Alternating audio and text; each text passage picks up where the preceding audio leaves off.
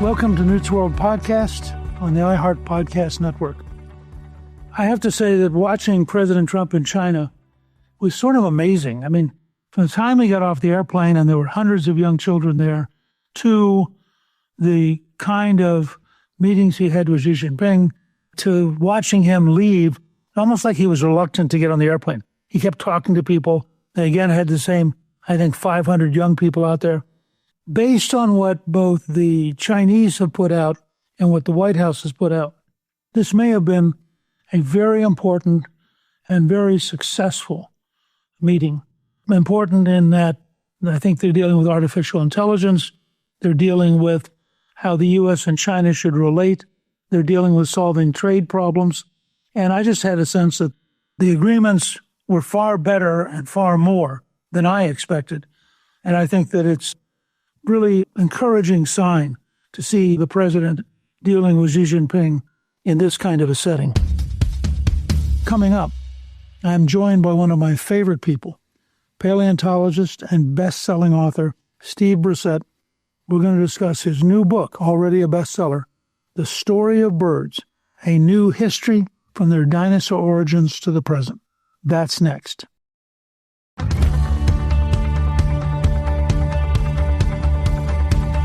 I am really pleased to welcome back my guest, Steve Brusatte.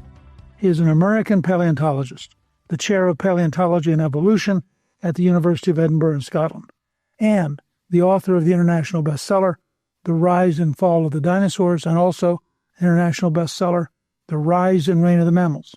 He's also the paleontology advisor on the Jurassic World film franchise.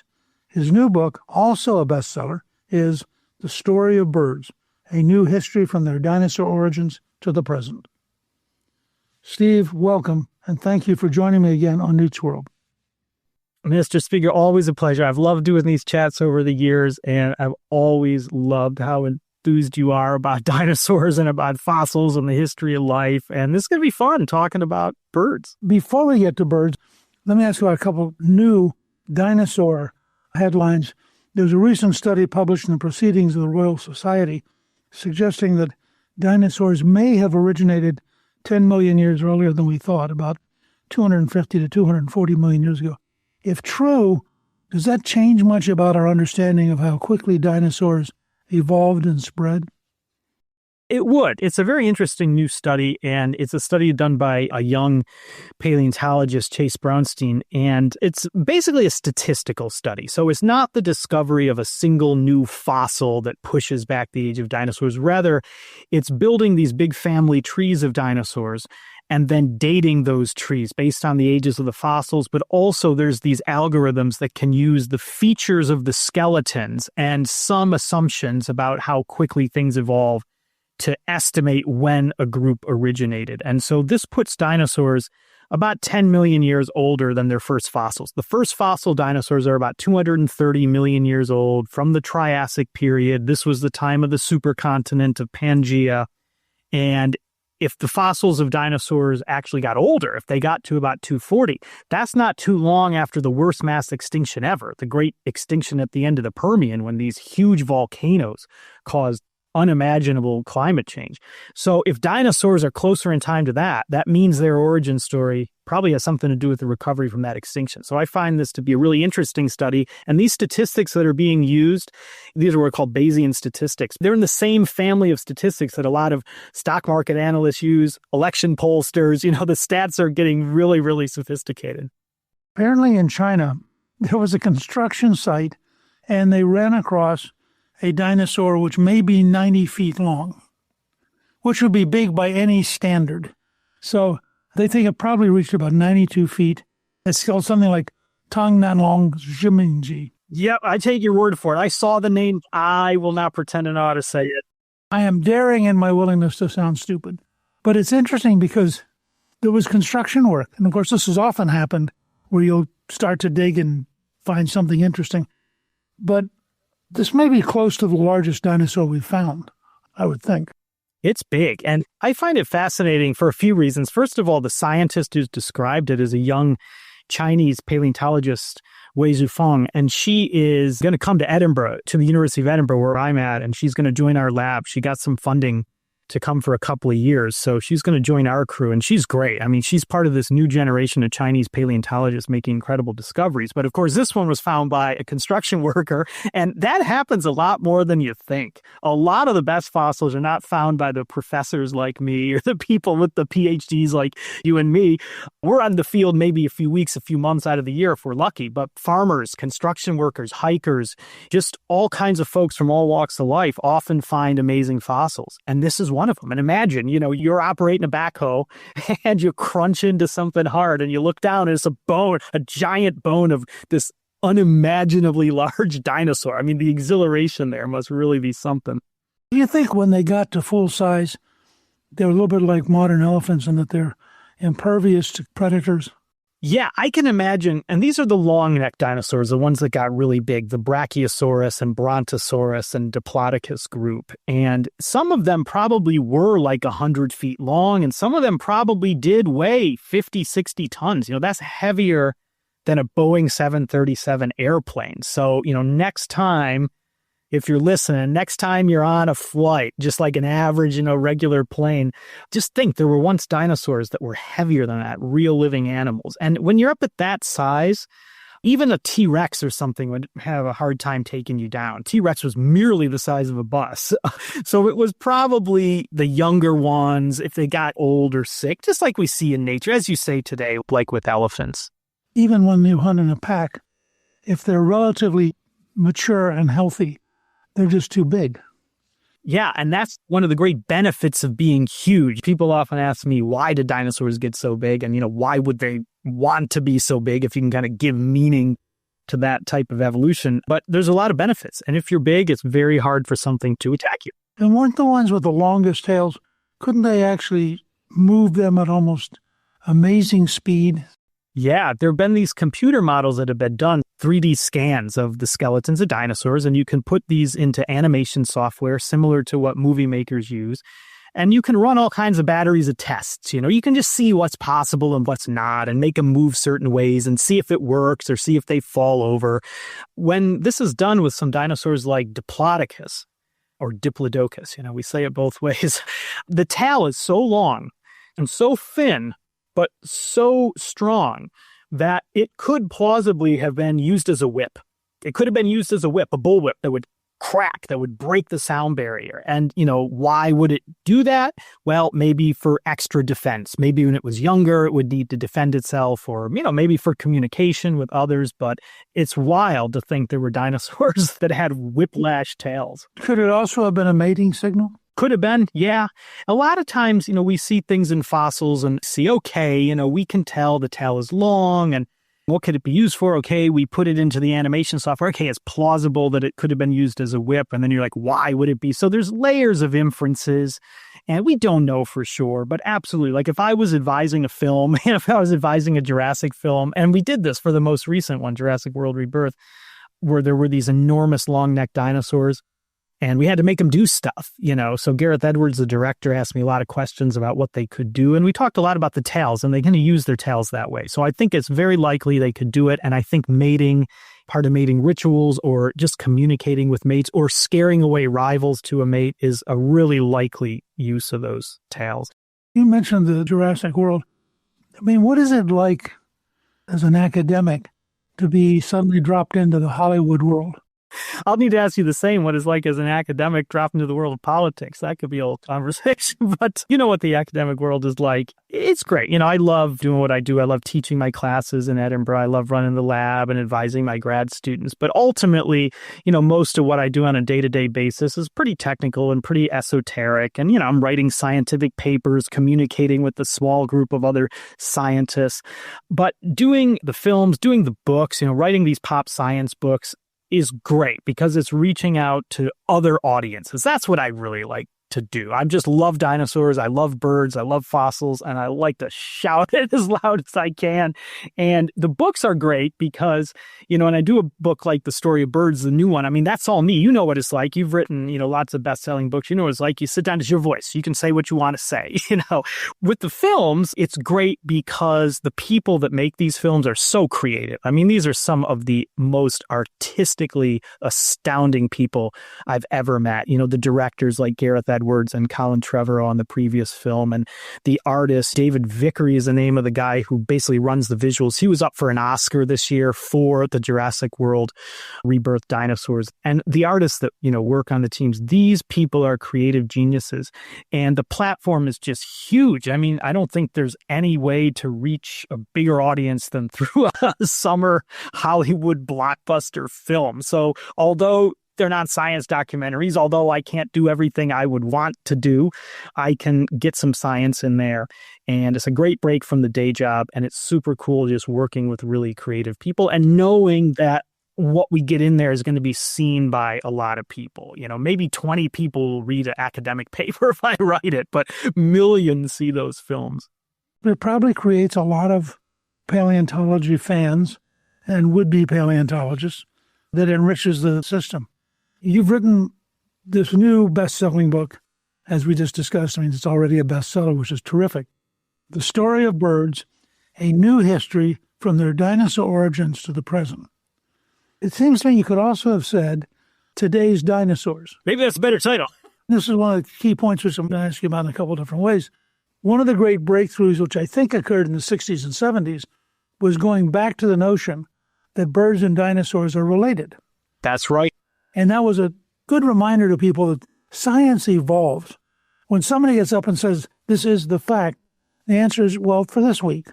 And we'll see if we learn something new next week. That's right. And that's what sets science apart from many other ways of thinking. Real true science is about looking at evidence and coming up with ideas and testing those ideas and always adapting and always evolving and always being willing to change your mind if new evidence is there. And that's what I love about being a scientist. So in a sense, this is a branch of the dinosaur world. And this is the branch that survived and flourished. That's exactly the right way to think about it. Dinosaur family was very diverse, but they all died except for this one peculiar group that could fly. Which means there are also a whole lot of relatively small dinosaurs, but they were called birds. When we say dinosaurs are always big, that's not true. And in fact, there were a lot of small bird dinosaurs wandering around and being very successful. That's exactly right. And we should think of dinosaurs like we think of mammals today. We are a mammal, but we are part of a much bigger mammal family. And yes, when we go to the zoo, we want to see the elephants, we want to see the rhinos and the hippos, the big mammals. But most mammals are actually small. And there's even some small mammals that are weird because they have wings and can flap those wings and fly. And those are bats. And they're just a peculiar type of mammal that can fly. And birds are really the dinosaur equivalent of that. They're this weird group of dinosaurs that got small and developed wings and started to fly. And yeah, they don't look like a T-Rex or a Brontosaurus or a Stegosaurus, but that's the same way a bat doesn't look like a whale or an elephant or a horse. These are very diverse families. But when it comes to dinosaurs, they all died. They all died when that asteroid hit, except for birds. So you're looking at this last remnant of this once great family.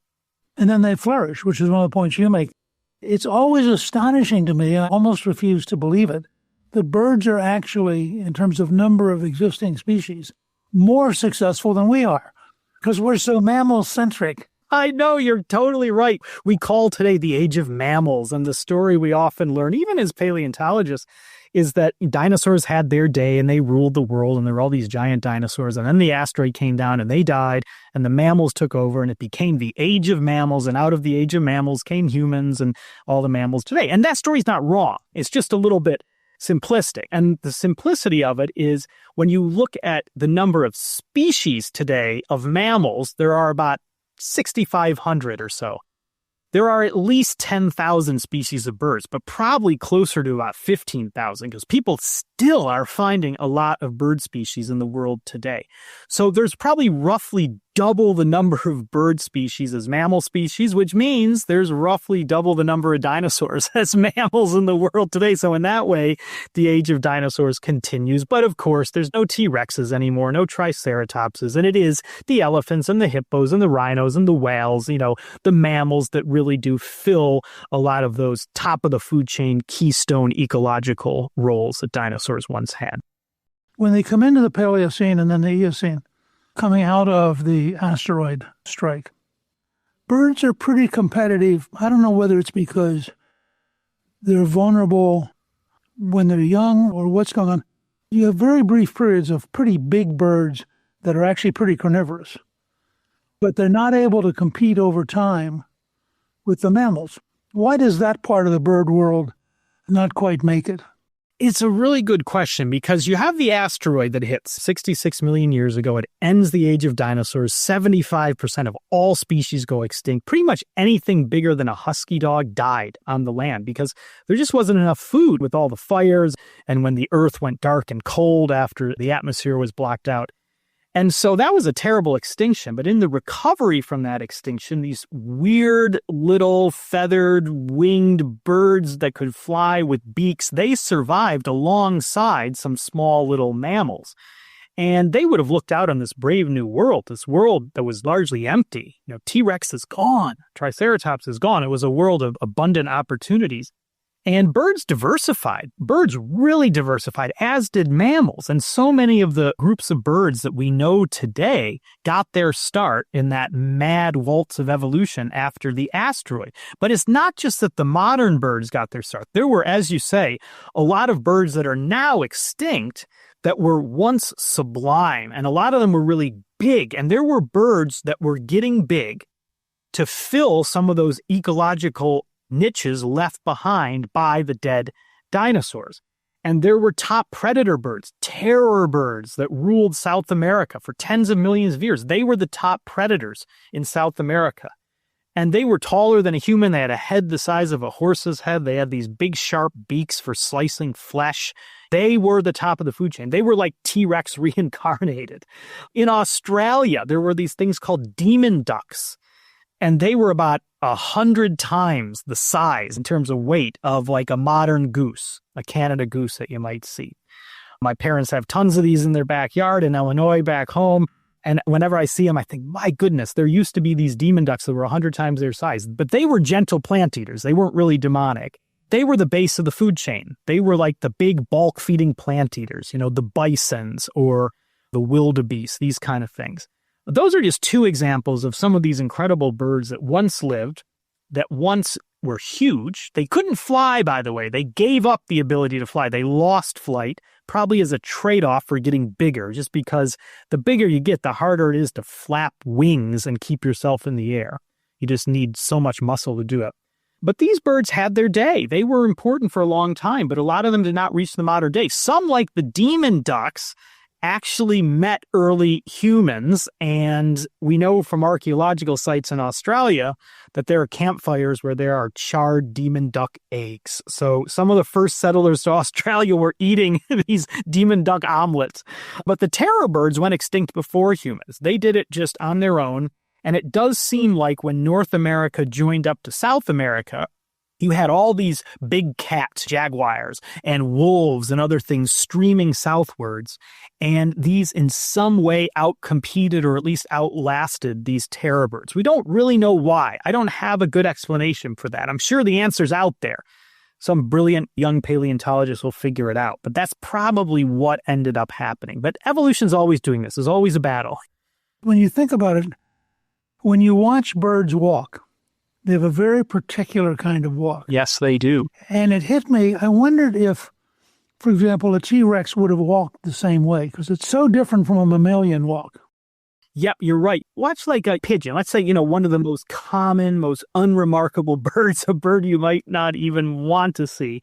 But next time, any of you that are listening, and you see a pigeon, watch it walk. Of course, it doesn't stick its wings out. It tucks its wings against its body to protect the wings. It walks on its hind legs like we do. That's a really unusual thing in the animal world. And it walks with this motion. It moves its head back and forth. That classic motion that birds do. And that's all about coordination and balance, it seems. That's the reason birds walk that way. There was a study recently about T-Rex that used footprints. So there are footprints of T-Rex that are known. And just based on the depth of the footprints and how they're deeper at the front, really, than the back. So they really were walking not just only on their toes, but their tiptoes. These researchers made a case that these T-Rexes were actually walking quite a bit like birds. Maybe not exactly like a pigeon. T-Rexes were the size of buses, and they had these huge legs. and they had tiny arms instead of big wings. But still, it does seem like, based on the footprints, the body mass distribution and the center of gravity and these kind of things would have been kind of similar to birds, certainly more similar to birds than to like a crocodile or a lizard or something like that. And I think that's really cool. It's just an unexpected link between these vast dinosaurs. Birds tend to go sort of forward one side and then the other side. Yeah. One, do you think that the T-Rex probably walked in that sense of moving one side and then the other? Probably. The big difference with T-Rex and birds is T-Rex, of course, was much bigger. Okay, that's the big difference. But also it had a really long tail, and that tail was really muscular. And that's the same kind of tail that a crocodile has today. So if any of you have ever eaten alligator, I've done it, down in Louisiana, most of the meat you get is from that tail. That tail is a huge muscle. That muscle attaches to the legs, and that's what really powers the legs. T-Rex walked like that. Birds do not have long tails.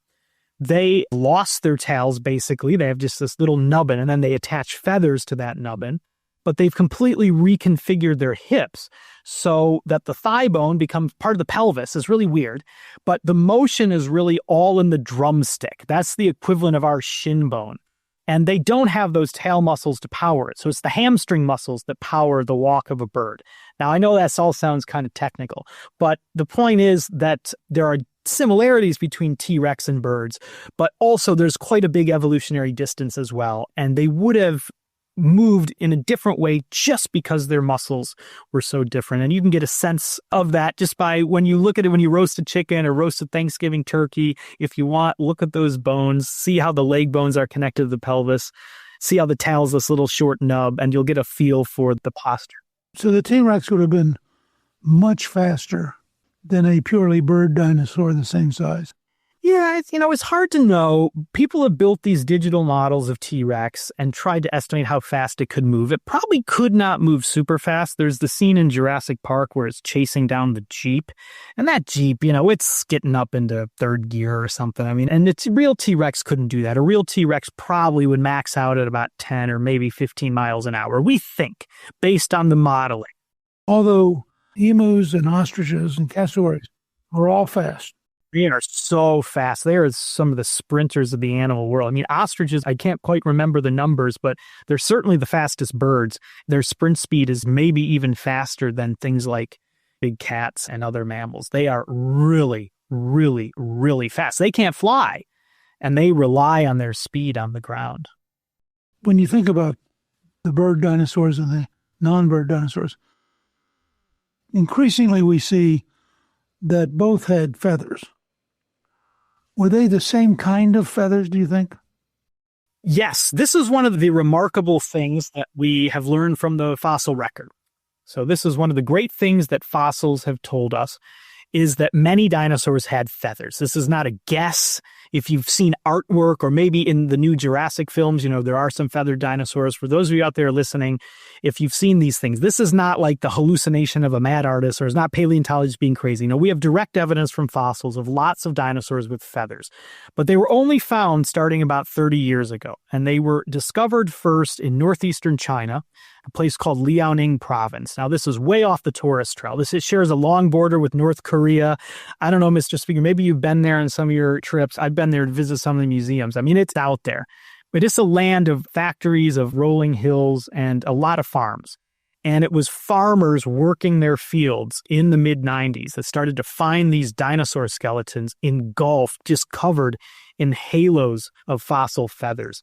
And what happened was there were volcanoes that erupted way back when that buried these entire ecosystems, kind of like when Vesuvius erupted and buried Pompeii, and it captured that city in stone. And that's why you see the feathers. Otherwise, it's very hard to preserve soft bits like hair or feathers or skin. That's why it took until the 90s to find these. But because these whole ecosystems were buried, we actually have a snapshot of lots of different dinosaurs. And it turns out many dinosaurs had feathers, big ones and small ones. There's a tyrannosaur there that's 30 feet long and weighed a ton. It's called Eutyrannus, covered in feathers. There's meat eaters, there's plant eaters. So when you map that on the family tree of dinosaurs, really the only conclusion is that the common ancestor, the original dinosaur, must have had feathers.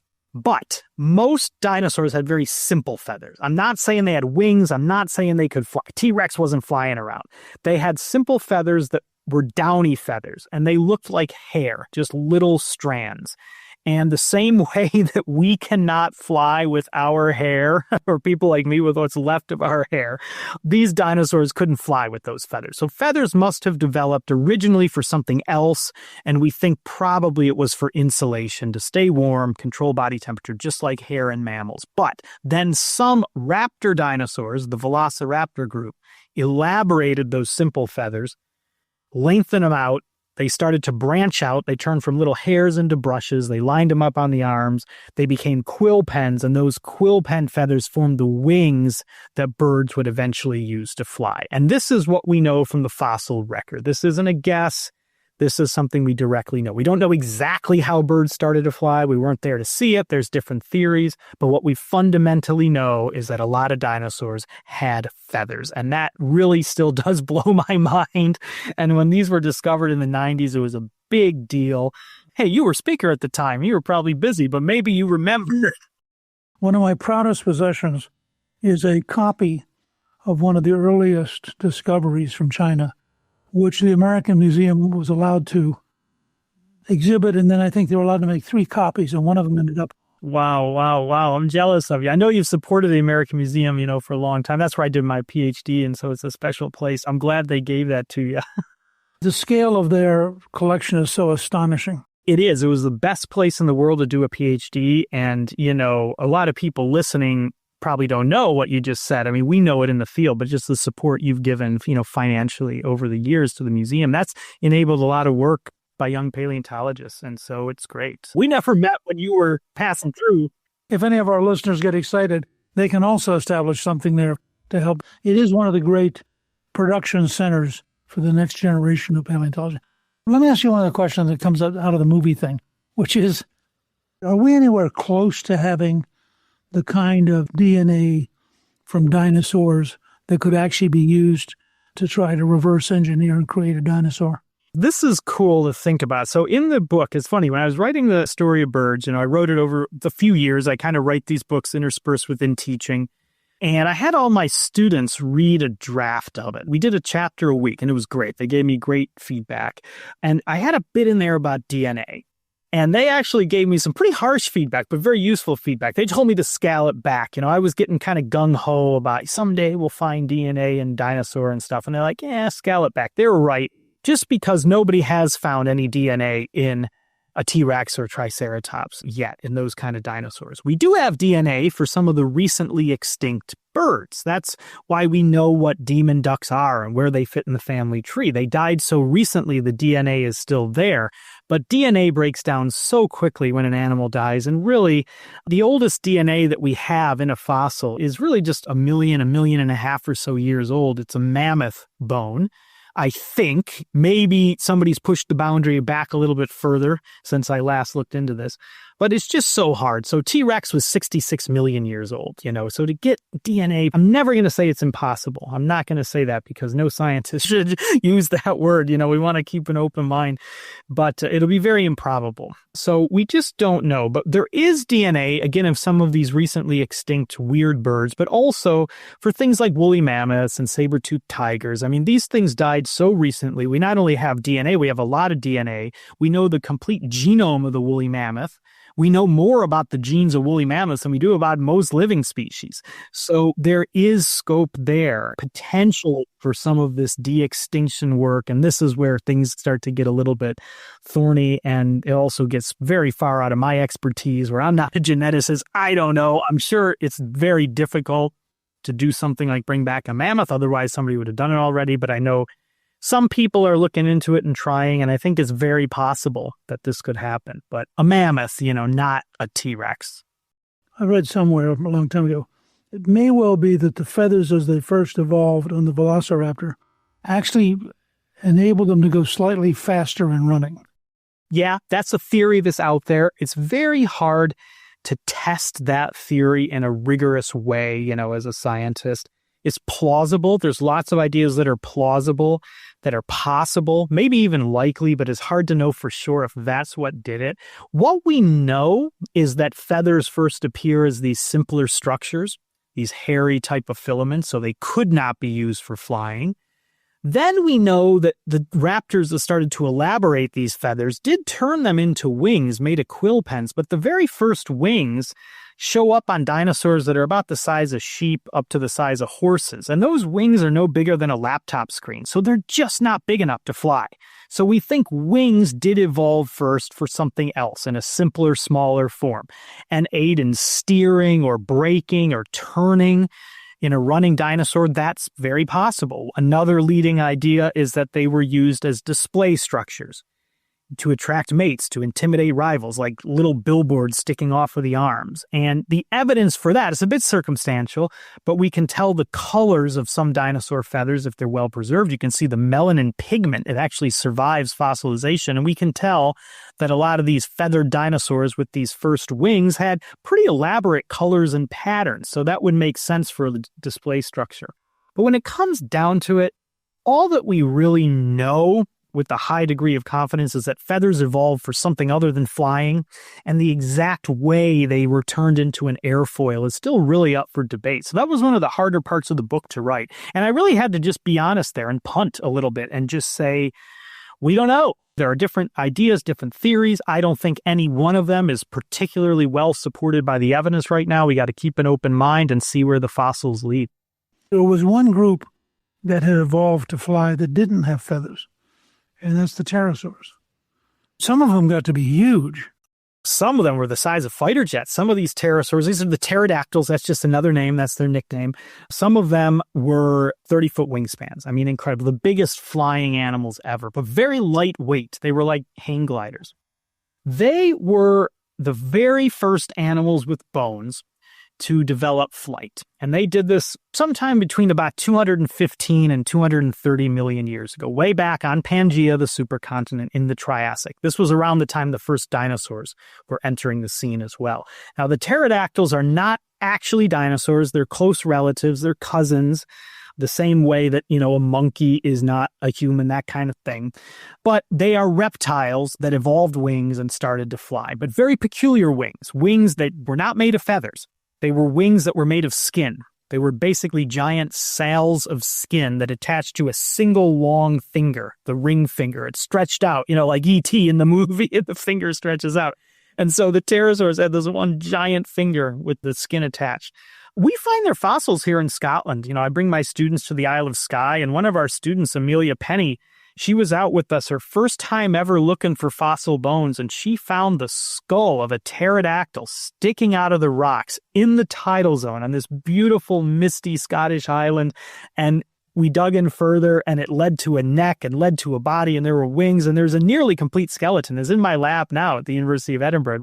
We named it a few years ago and called it Yarkskianach, which is a Gaelic name. We took it from the Scottish Gaelic, the language of the Highlands and the Islands, and it means winged reptile from the Isle of Skye. And we love it. It's the coolest fossil we've ever found. And these pterodactyls were flying around even before they were birds. They were the true pioneers. Their use of a stretched skin is relatively like bats, isn't it? Yes. So pterodactyls, they evolved their skin wings. Then you had birds evolve, wings made of feathers. And then the third group of animals with bones to evolve proper, powered, flapping flight. So flapping wings and getting lift and thrust that way. The third group is the bats. And the bats, they enter the fossil record about 55 million years ago. So about 10 million years after the asteroid. They were probably part of the diversification of mammals that survived. And they have wings made of skin. Of course, they have hair because they're mammals, but the wings are made of skin. And that wing, though, stretches across the entire hand, not just one giant finger. So the three different types of wings in pterodactyls, birds, and bats, they're all solutions to a similar problem. How do you make a wing that can flap and fly? But they're all slightly different, and that shows that they all had different origins. When we come back, we're going to discuss how birds survived the asteroid that killed all the dinosaurs and how birds evolved after that mass extinction event.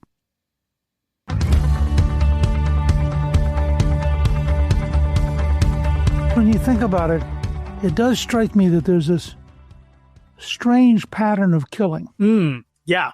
It's not like the great killing, which I think was like 97%. Right. That one at the end of the Permian caused by those big volcanoes before there were dinosaurs. Yeah, that was like indiscriminate basically across the board. When the asteroid hit, it was bad, okay? 75% of species died. So it was a disaster, but it was more selective in what it killed. And we see in the fossil record, pretty much everything bigger than a husky dog that lived on land, it died.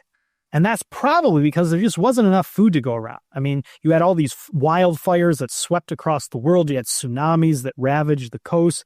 And you had the Earth enter this nuclear winter state because all the soot from the fires and the grime from the collision with the asteroid, that went into the atmosphere and blocked out the sun. So the Earth went dark and cold probably for several years, and plants didn't have sunlight. They died, and the whole ecosystems collapsed.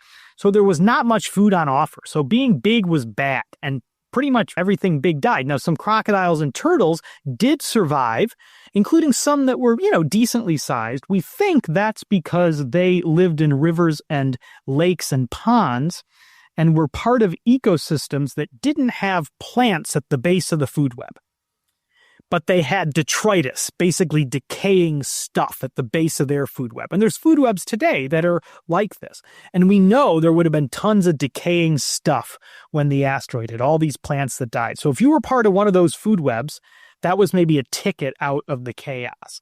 Now, why birds survived and why mammals survived is probably because in large part they were small, so they didn't need to eat a lot of food, and they grew and reproduced really quickly. If you can turn over the generations quickly, that's a good thing for surviving upheaval. If you're like a T-Rex and it takes you 20 years to become an adult, that's just not going to work when the Earth changes so quickly. So those are some of the factors that we think determine what lived and what died when the asteroid hit. Did the pterosaurs survive to the extinction event, or were they gradually outcompeted by the birds? That's a really fascinating thing, because when the first birds started to fly, when they evolved from their dinosaur ancestors, they were not the first species to do that. There were already pterodactyls. And so birds would have been interlopers in this pterodactyl world. And they would have had to compete with pterodactyls, and they did. And birds and pterodactyls lived alongside each other for a good 80 million years until the asteroid, which maybe seems odd, but, birds and bats live together today, and they find ways to share the space. Birds are mostly out at day, not all of them, but bats are mostly out at night, and there's other differences. So birds and pterosaurs probably did something similar. They probably found a way to coexist by dividing up the roles in the ecosystem. But pterosaurs do get to the very end. They were there when the asteroid hit. There weren't as many as there were previously, so birds probably were very slowly through this war of attrition, out-competing them or out-dueling them. But they were still there, and the asteroid is what finished them off. No pterodactyls survived that asteroid holocaust, and maybe because it was their size. A lot of pterosaurs were big, and the bigger you were, the more food you needed and the slower you would grow. So that could be it, but it still really is a mystery. Coming up, we're going to discuss the future of birds, what their past extinctions might tell us about where they're headed next.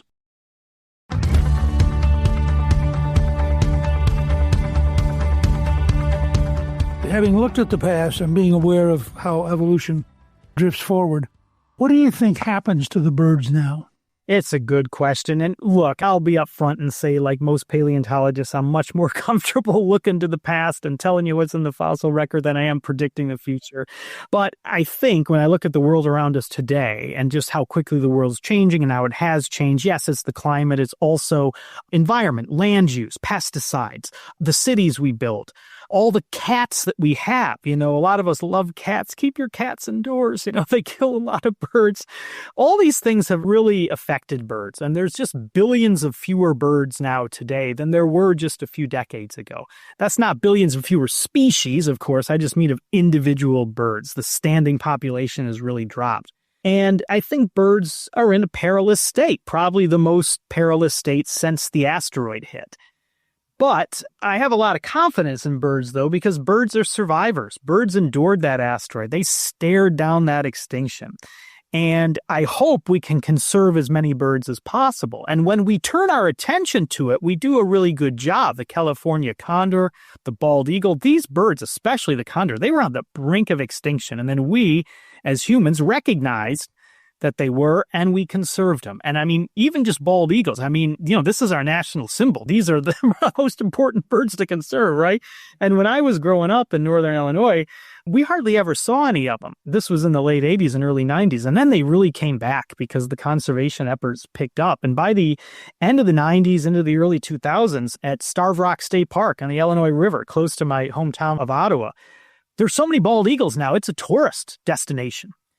That's incredible. I've seen that in my lifetime. I've seen us make an effort, to conserve birds. And when we make that effort, we can do it. And that's what I hope. But by and large, birds are adaptable and they're great survivors. And so I have confidence that they can deal with a lot of the stuff we're throwing at them. But it is a perilous time. And we do see sometimes even very successful birds, even very abundant birds. The passenger pigeon, there were once billions of these across North America, and they were overhunted. The land use changed, there's pesticides, and they crashed, and they ended up going extinct, and it seemed impossible. They were caught in this genetic bottleneck. They had lost too much diversity. They couldn't persist. Maybe a bit of a freak occurrence, but it can happen, so we have to be mindful of that.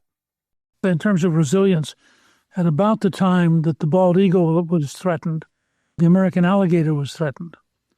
Today, there are an estimated 1,700,000 alligators in Florida alone. Wow.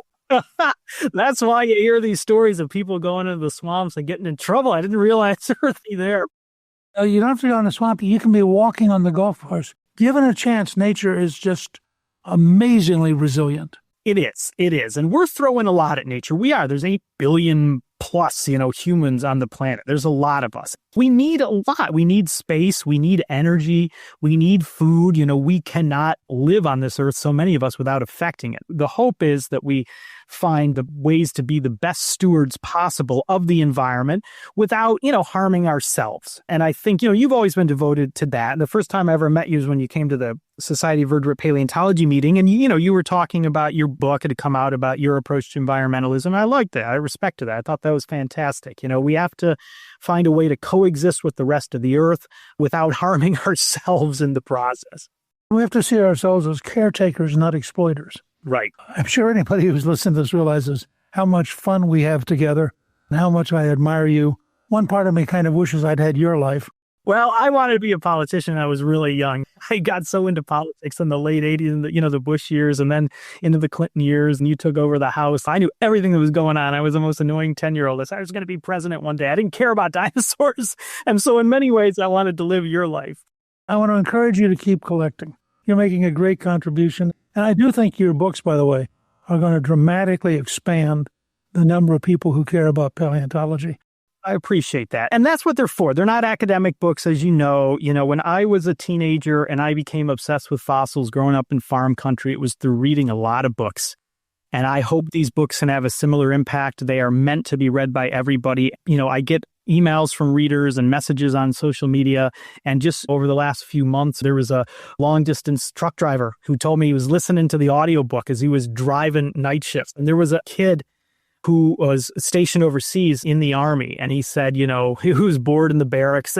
He found this dinosaur book. And I love that. I mean, that's exactly what I want the books to be. That's the whole point. Well, listen, I would say to all of our listeners, if you have young people, these 3 books make great Christmas gifts.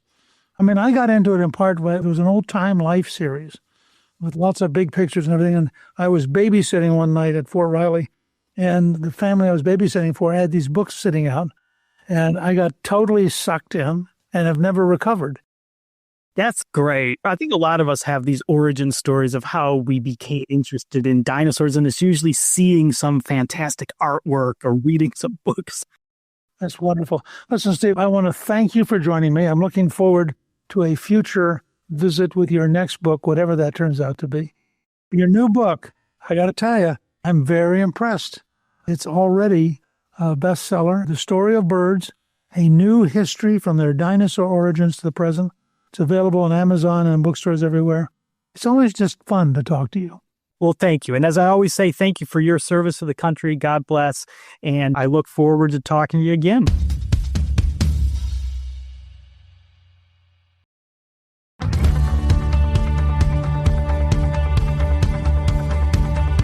Now I'm pleased to introduce a new segment to Newt's World where I answer listeners' questions. To ask a question, please email me at newt@gingrich360.com.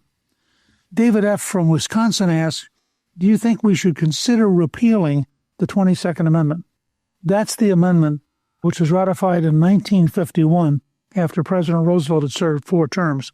And that amendment says presidents are limited to 2 terms, which had been the pattern starting with George Washington and really was designed to block anybody from ever following Roosevelt in lasting more than 2 terms. I have to say, personally, I think it's a healthy, positive amendment. I think that it's useful. If a president serves 8 years at the speed and pace of the presidency, they need a break. And what we don't need is to get in a habit of people staying around. In fact, you see with Roosevelt, who died in April shortly after getting into his 4th term, that he had really been worn out. And probably the country would have been healthier had they had some kind of limitation. I look forward to hearing from any of you who have questions. Just remember to ask a question. Email me at newt@gingrich360.com. Thank you to my guest, Steve Brusatte. Newt's World is produced by Gingrich 360 and iHeartMedia.